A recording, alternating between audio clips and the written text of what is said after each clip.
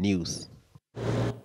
We stay in the city, and Kakamega Governor and ODM Deputy Party Leader Wycliffe Oparanya today led other political leaders largely drawn from the Luhya community in meeting the Luhya voters in Kibra constituency. During the campaigns, Oparanya and other leaders called upon the Kibra voters to take advantage of the numerical power to vote for ODM candidate Imran Okoth in the forthcoming November 7th mini-poll.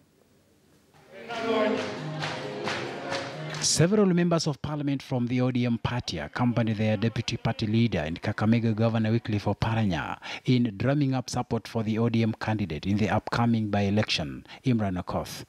And because their focus and campaigns largely targeted the Luhya voters in Kibra constituency, the leaders trained their guns on Ford Kenya and ANC party leaders Moses Wetangula and Musalia Mudavadi respectively for allegedly championing the division of the Luhya vote. Hapa Kibra, Mudavadi na Wetangula walikataa kukubaliana kwa candidate. Kila mtu ameweka candidate hapa. Uongo kweli? Kuna unity ya Waluhya hapa sasa? Iko kweli? Hakuna unity hapo.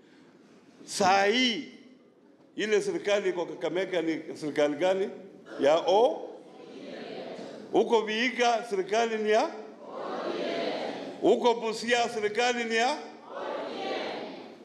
Bungoma peke yake. Ni kama kila mahali huko ni ODM. Watu wanatoka huko nyumbani kuja kuchanganya nyinyi hapa. Wakati ule hao walikuwa na candidates huko. Mbona hawakushinda sisi? Kwa sababu chama ni cha nyumbani. Oparanya blasted Mudavadi and Wetangula for misleading members of their community living in Kibra, even after the two failed to marshal any meaningful numbers in their backyards in Western Kenya. Tarehe 7 tutafanya hivi. Amka mapema, piga kura mapema.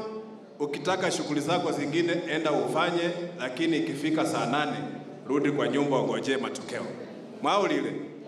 Kwa sababu ushindi ni wetu. Agenda yangu nataka nimalize ile kazi nzuri ambayo tulitekeleza. The meetings were held in various places within Kibra constituency with a view to reaching out to as many voters as possible. But even as they called upon the electorate to vote for ODM's Imran Okoth, they warned them against voting for the other candidates, claiming they do not have Kibra interests at heart.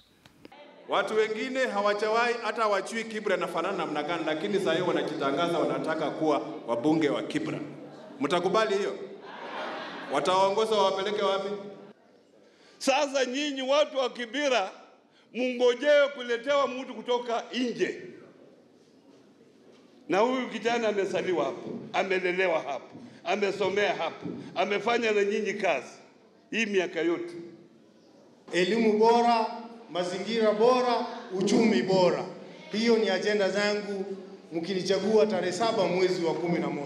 Oparanya's Saturday meeting took place ahead of an anticipated mega Sunday rally in the area to be graced by ODM party leader Raila Odinga. Shadrack Miti, KTN News.